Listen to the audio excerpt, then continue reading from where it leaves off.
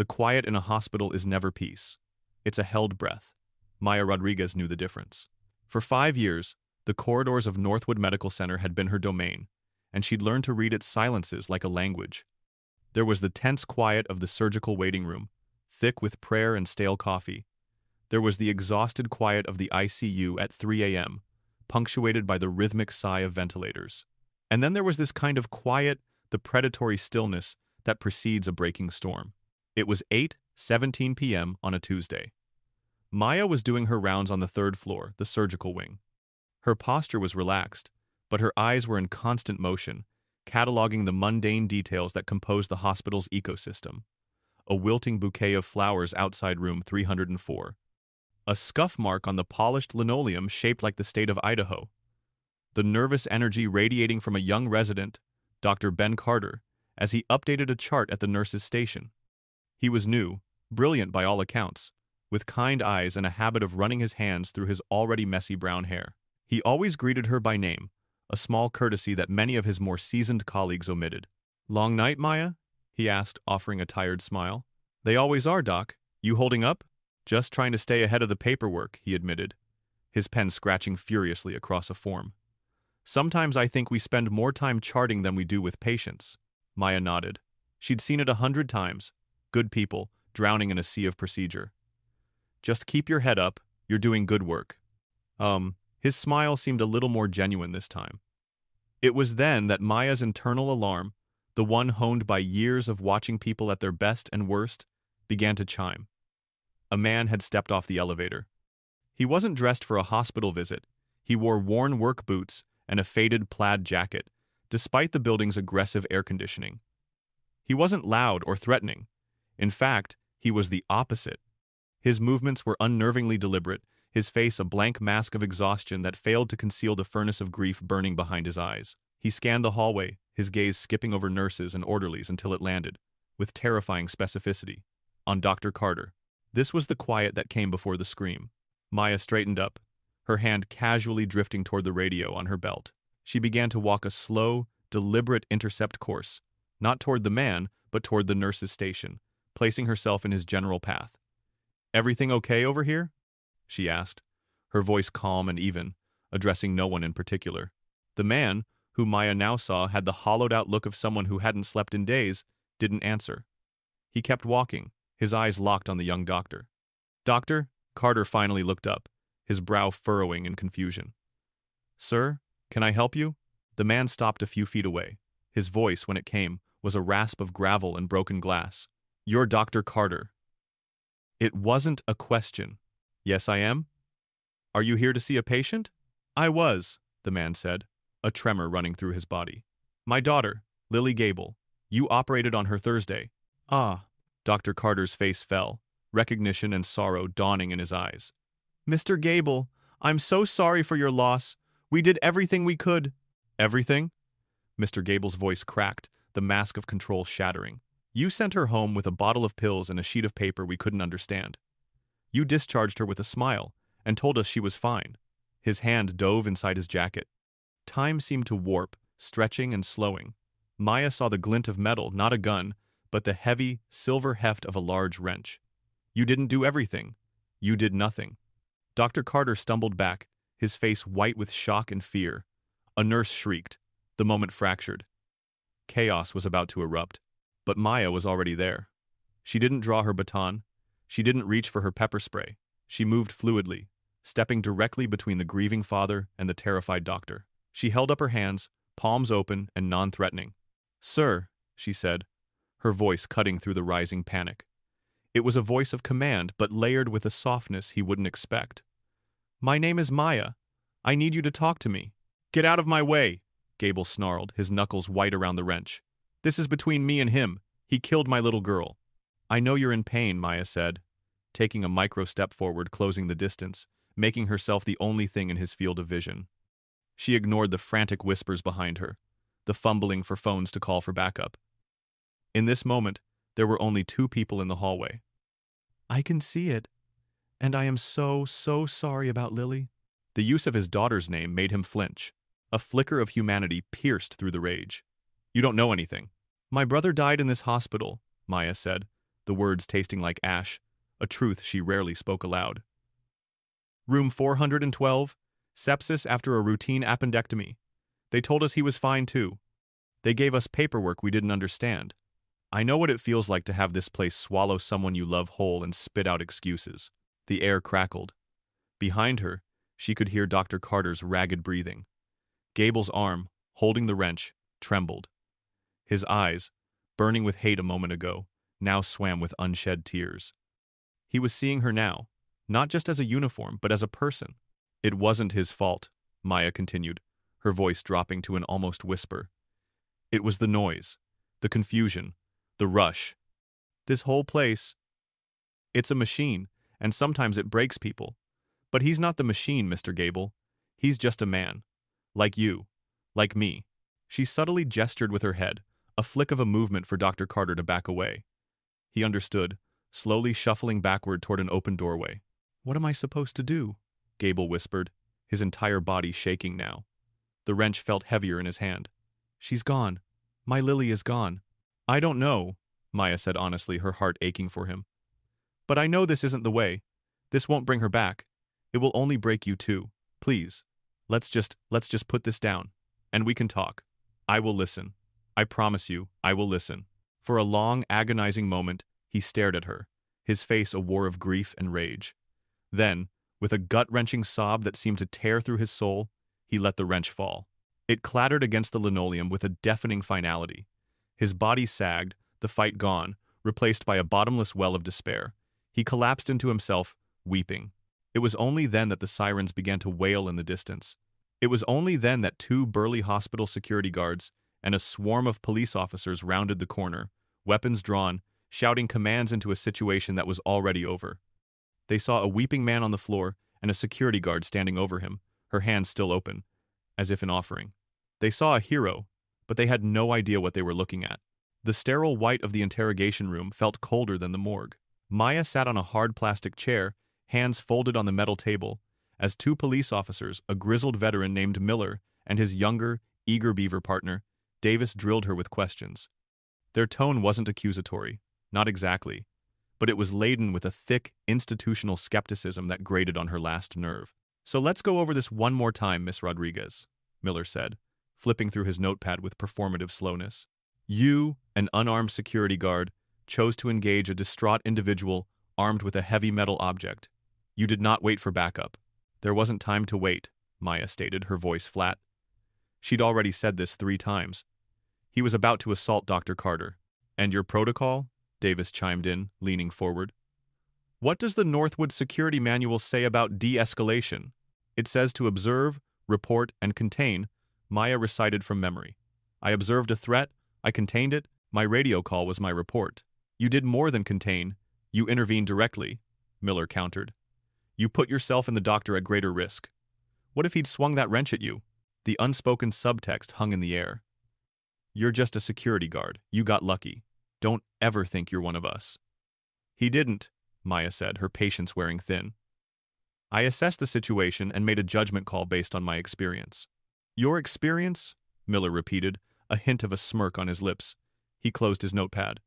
All right, we've got your statement. Don't leave town. As she walked out of the room, drained and frustrated, she nearly collided with Dr. Alistair Finch, Northwood's chief of surgery. He was a man who looked like he'd been sculpted from marble and ambition, with silver hair, a tailored suit, and a smile that could charm a snake. He placed a fatherly hand on her shoulder. Maya, he said, his voice a low, resonant baritone. Incredible. Absolutely incredible. The entire hospital is buzzing. You are a true hero. Maya was taken aback. I was just doing my job, sir. Nonsense, Finch boomed, steering her down the hallway. You did what no one else could. You showed compassion in the face of violence. You are the embodiment of what Northwood should stand for. He paused, his eyes gleaming with an intensity that seemed to be looking past her, at something larger. We're going to take care of you, Maya. You'll see. The next morning, her world exploded. A patient on the 3rd floor, a teenager with a broken leg and a smartphone, had recorded the entire confrontation. The video was shaky, the audio muffled, but the raw emotion was undeniable. It showed Maya standing firm, her calm voice a steady anchor in a sea of fear. It showed a man armed with rage and steel breaking down in the face of empathy. The internet did what it does best. It created a narrative. She was hospital hero, the Angel Guard. News vans were camped out in front of the hospital by dawn. Finch saw his opportunity. But first, Maya was summoned to the top floor, to the administrative wing she'd only ever seen from a distance. The office belonged to Cynthia Vance, the hospital's chief administrator. Vance was the anti-Finch. Where he was warm charisma, she was Arctic efficiency. A severe woman with a helmet of dark hair and eyes that performed constant, merciless cost-benefit analyses. She didn't ask Maya to sit. She stood behind her vast mahogany desk, a fortress of power. "Miss Rodriguez," she began, her voice as crisp as a new $100 bill. "You created a significant liability event last night." Maya blinked. "I'm sorry? You violated at least a dozen hospital protocols," Vance continued, ticking them off on her fingers. "You engaged an assailant without backup. You failed to maintain a safe distance. You disclosed personal, anecdotal information in a professional setting. You put the hospital at enormous legal risk. Had that man harmed you, or had he harmed Dr. Carter after you intervened, the lawsuits would be astronomical. But he didn't," Maya said, her voice firm. "I de-escalated the situation." "You got lucky," Vance said, her voice dropping, laced with venom. "And now, thanks to some child with a phone, you've turned this institution's failure, a failure to protect its staff, a failure to manage a grieving family into a public spectacle. Doctor, Finch may see this as a PR opportunity. I see it as a mess." Her message was clear. "You are not a hero. You are a problem I now have to manage." The contrast between Vance's icy condemnation and Finch's effusive praise was dizzying. Maya felt like a pawn in a game she didn't understand. The answer came 2 hours later. Finch called a hospital-wide press conference in the main lobby. He stood at a podium, flanked by a nervous-looking Dr. Carter and a stone-faced Cynthia Vance. He spoke glowingly of Northwood's commitment to patient-centered, compassionate care. "And in that spirit," he announced, his voice booming for the cameras, "we believe in recognizing and elevating those who embody our highest ideals. Maya Rodriguez, through her incredible bravery and empathy, has shown us the way forward. That is why I am immensely proud to announce the creation of a new position at this hospital. Effective immediately, Miss Rodriguez will no longer be a member of our security staff. We are promoting her to be Northwood's first ever patient advocate with a significant raise in salary, reporting directly to the Department of Surgery." The room erupted in applause from the assembled staff, who had been instructed to be there. Cameras flashed in Maya's face as Finch pulled her to the podium. She was stunned, speechless. A new job? An advocate? It was everything she'd ever wanted, a chance to fix the system from the inside, to be the person she wished her family had when her brother was dying. Dr. Carter gave her a genuine, relieved smile. She looked past the cameras and met Cynthia Vance's eyes. There was no smile there, only a look of cold, calculated fury. To the world, it was a fairy tale. The humble guard who became a hero and was rewarded with a seat at the table. But Maya, standing in the blinding lights of the cameras, felt a chill run down her spine. This wasn't a reward, it was a gilded cage, and the door had just been locked behind her. The title, Patient Advocate, sounded important. The reality was a converted supply closet on the surgical floor, sandwiched between a linen storage room and the men's restroom. The office still smelled faintly of bleach and despair. Her new desk was a metal folding table, and her computer, a relic from the early 2000s, hummed with the sound of its own imminent death. This was Maya's new kingdom. The first week was a masterclass in passive aggression. Dr. Finch was perpetually in surgery or at a conference.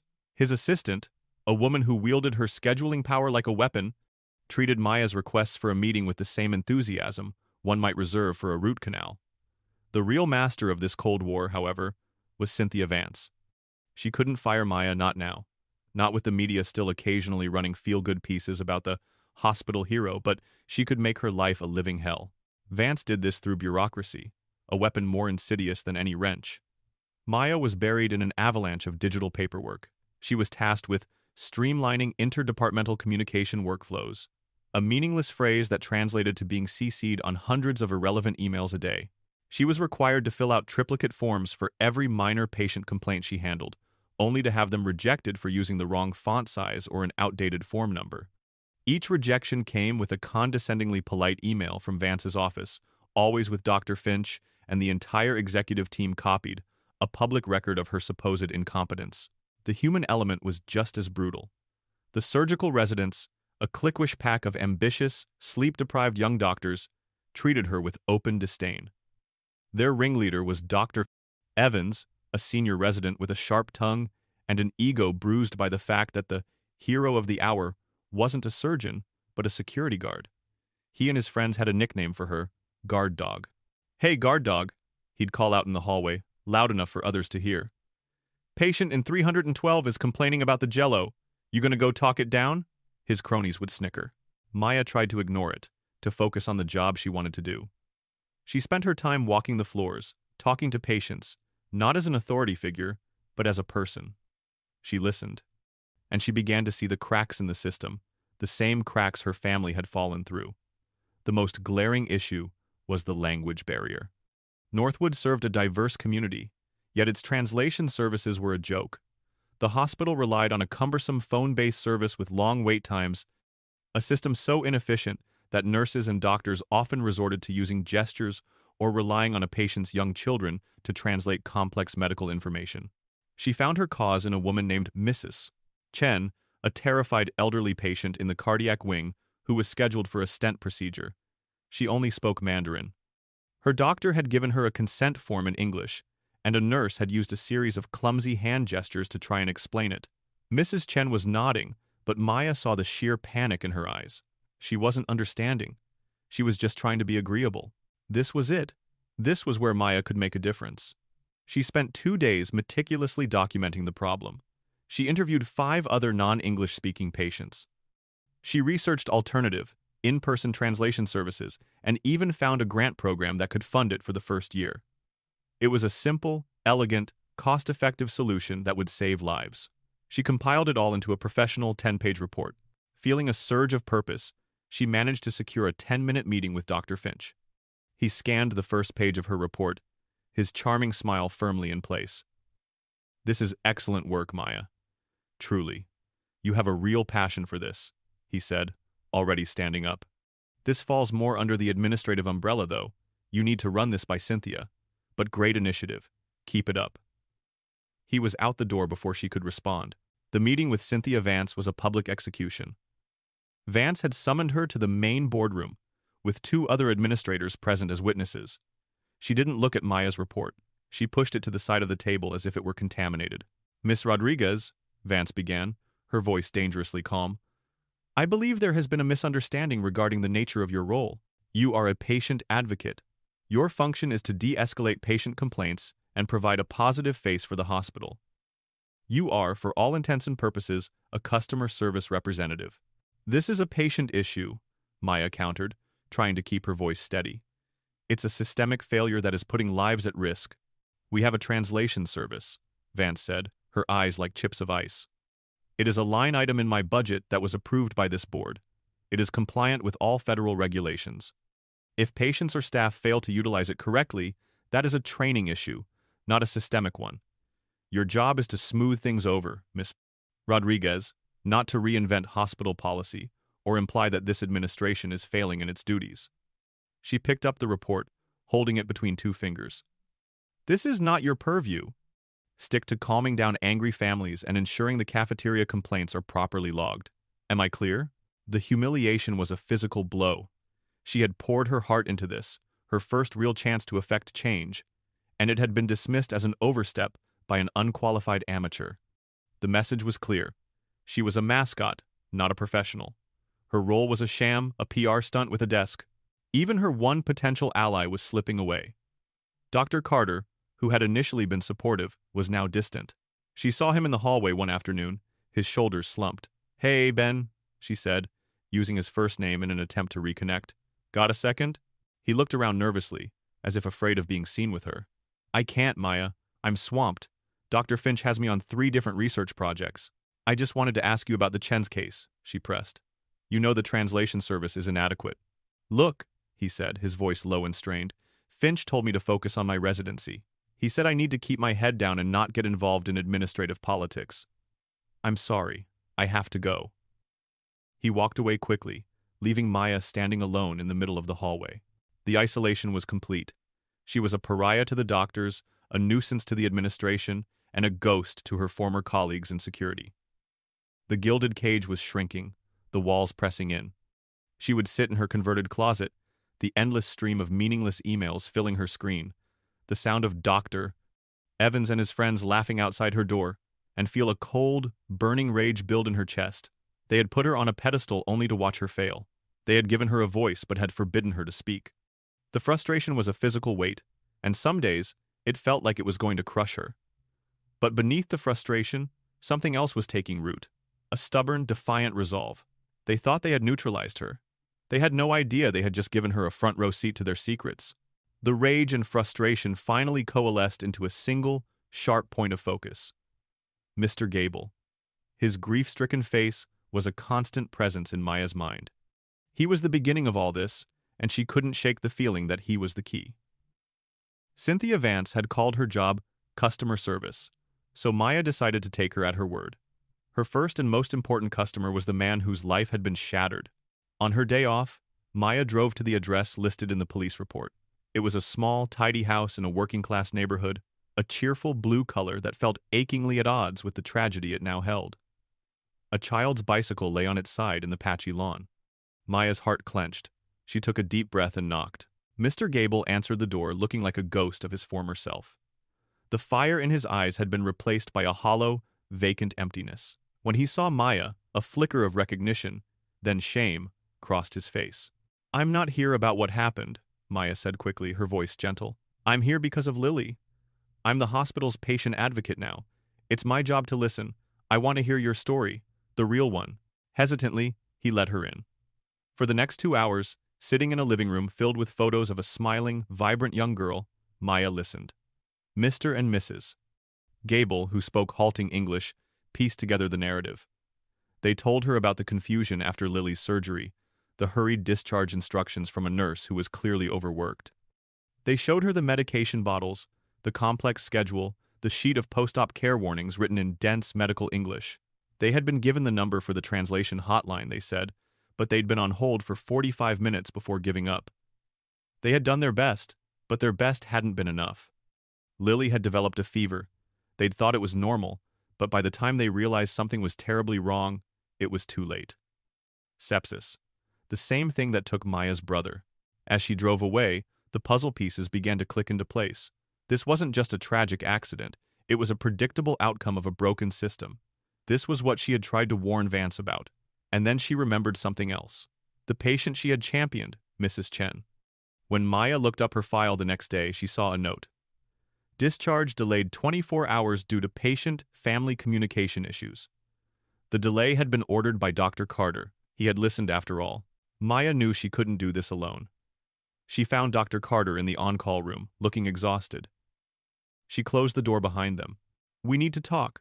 About Lily Gable," she said, her voice low and urgent. He flinched. "Maya, I told you I can't get involved." "You are involved," she shot back. "Your name is on her discharge papers.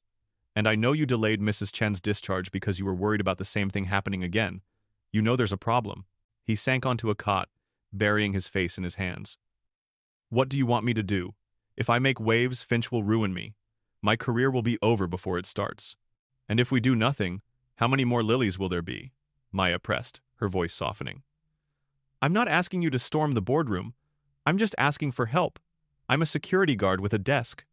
You're a surgeon. You have access I don't. You understand the medicine, the charts, the protocols they're hiding behind?" She told him everything the Gables had said. The guilt and integrity warring on his face was painful to watch. Finally, he looked up, his eyes filled with a new, somber resolve. "Okay," he whispered. "What do you need?" They became a secret, two-person insurgency. Dr. Carter, under the guise of research, began pulling the records of every patient discharged from the surgical wing in the past year who had been readmitted or had died within 30 days. Meanwhile, Maya used the skills she'd actually been hired for, her security training. She knew the hospital's blind spots. She knew which janitors had worked there for 20 years and hated the administration. She knew which night shift nurses felt overlooked and were willing to talk. Her old friend Maria, A cleaner on the administrative floor was her best source. That Vance woman? Maria grumbled one night as she emptied Maya's trash can. She's always having shredding trucks come late at night, and she's obsessed with overtime. Sent a translator home early last month. I heard her arguing with the department head about it. Said it was fiscally irresponsible to pay double time after 10 p.m. The timeline matched the week of Lily Gable's surgery. The pattern Dr. Carter found was horrifying. There had been a 30% spike in post-surgical complications among non-English-speaking patients over the last 18 months, coinciding perfectly with Cynthia Vance's new budget-cutting initiatives. The incidents were all officially attributed to patient non-compliance. It was a perfect cover-up. They were blaming the victims for the hospital's own negligence. Armed with data and anecdotal evidence, they needed a smoking gun. Dr. Carter found it buried in the hospital's internal server, a place he only had access to because he was on one of Finch's pet projects. It was a series of emails between Cynthia Vance and the hospital's legal counsel. In them, Vance explicitly acknowledged the risks of cutting translation and support staff. One email read, "The projected legal exposure from potential adverse outcomes is significantly less than the guaranteed operational savings. We will handle any incidents on a case-by-case basis. It is a manageable risk. A manageable risk." Lily Gable was a manageable risk. As they pieced it all together, the system began to fight back. Vance, sensing a threat, went on the offensive. Maya arrived at work one morning to find her computer login had been disabled. An IT technician blandly informed her it was a network-wide security update. Then, she was served with a formal HR complaint. Dr. Evans, her chief tormentor, had filed a grievance accusing her of creating a hostile work environment by interrogating staff about hospital procedures outside her purview. The final blow came in a cold, official letter left on her desk. It was a final written warning from HR, signed by Vance. It cited the complaint from Dr. Du Est, Evans and her unauthorized access of patient records, a lie she couldn't disprove without exposing Dr. Carter. The letter stated that any further deviation from her prescribed duties would result in immediate termination and potential legal action for violating patient confidentiality. They were cornered. Vance was trying to fire her and discredit her before she could bring the truth to light. Dr. Carter found her in her supply closet office, staring at the warning letter, her face pale. "They're going to fire me," she said, her voice hollow. "Then we have to act now," he replied, his own voice tight with fear and determination. He pulled out his phone. "I just saw the schedule. Vance called an emergency executive board meeting for tomorrow morning. The agenda is Q3 budget realignment. It's a pretext. She's going to get the board to approve the next round of cuts and probably get your termination signed off at the same time." "They won't let me in that room," Maya said. "They won't," Dr. Carter agreed, his eyes meeting hers. "But I'm a surgical resident presenting a proposal for Dr. Finch. I can get in, and you're my consultant." A desperate, dangerous plan began to form. They had one shot to expose the truth before the machine chewed them up and spit them out for good. The executive boardroom at Northwood Medical Center was a temple of corporate power. A long, gleaming mahogany table reflected the recessed lighting above. The air was climate-controlled and smelled of money and leather. Seated around the table were the hospital's highest-ranking officials, stoic, gray-suited men and women who spoke in the quiet, confident tones of people who never had to raise their voices. At the head of the table sat Cynthia Vance, looking serene and in complete command. Dr. Finch sat to her right, looking slightly bored. The meeting was proceeding with predictable dullness. Vance was presenting a series of slides filled with charts and financial jargon, detailing the operational efficiencies achieved in the last quarter. She was just launching into her proposal for further staffing optimization when the boardroom doors opened. A junior administrator tried to intercept them. "I'm sorry, Dr. Carter. This is a closed meeting. Dr. Finch is expecting my presentation on surgical resident efficiency," Ben said, his voice surprisingly steady, holding up a folder. "Miss Rodriguez is here as a consultant on patient interaction protocols." Finch, caught off guard, simply nodded, intrigued. Vance's eyes narrowed, a flicker of cold fury in her gaze. She knew this was an ambush. "This is highly irregular," she said. "We have a full agenda." "This will only take a moment," Maya said, stepping forward. She wasn't wearing the ill-fitting blazer they'd issued her. She was in her simple, dark blue security guard uniform, It was a deliberate choice, a reminder of who she was and where this started. She and Ben walked to the front of the room. He plugged a USB stick into the presentation laptop, and the screen behind them, which had just shown Vance's profit projections, now showed a smiling photograph of Lily Gable. A murmur went through the room. Vance's face became a stony mask. "This is Lily Gable," Maya began, her voice not loud, but clear and resonant, filling the silent room. She was 12 years old. She died 2 months ago from sepsis following a successful surgery at this hospital. The official cause was listed as post-operative complications due to patient non-compliance. She let the words hang in the air. "I'm here to talk about what non-compliance really means at Northwood." "This is inappropriate," Vance snapped, rising slightly from her chair. "We do not discuss individual patient cases in this forum due to confidentiality." "I have a signed release from her parents," Maya said calmly, placing a paper on the table. "They want you to hear this." For the next 10 minutes, Maya spoke. She didn't use charts or jargon. She told stories. She told them about the Gables, about their confusion and fear. She told them about Mrs. Chen nodding in agreement to a procedure she didn't understand. She gave them the names of 5 other families, other victims of the hospital's manageable risk. She wasn't an administrator or a doctor. She was a witness. Her empathy, the very thing Vance had ridiculed, was now her most potent weapon.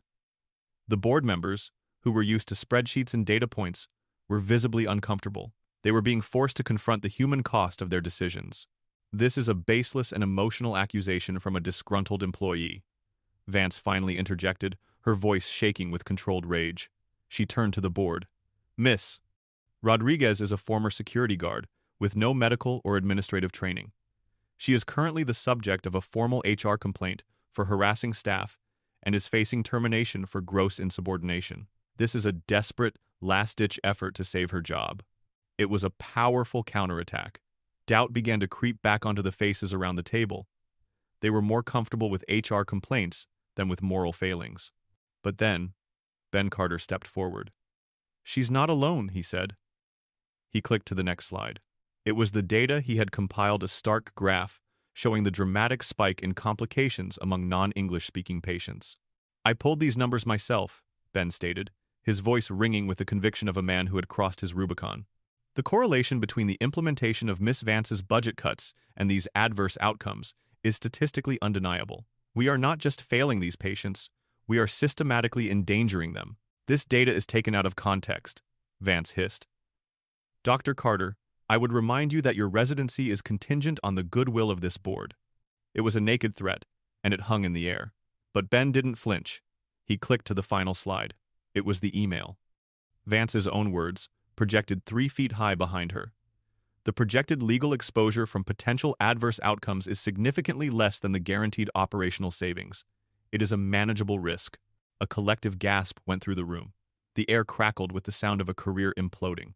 All eyes turned from the screen to Cynthia Vance. Her face, for the first time, was stripped of its composure, revealing a raw, ugly panic.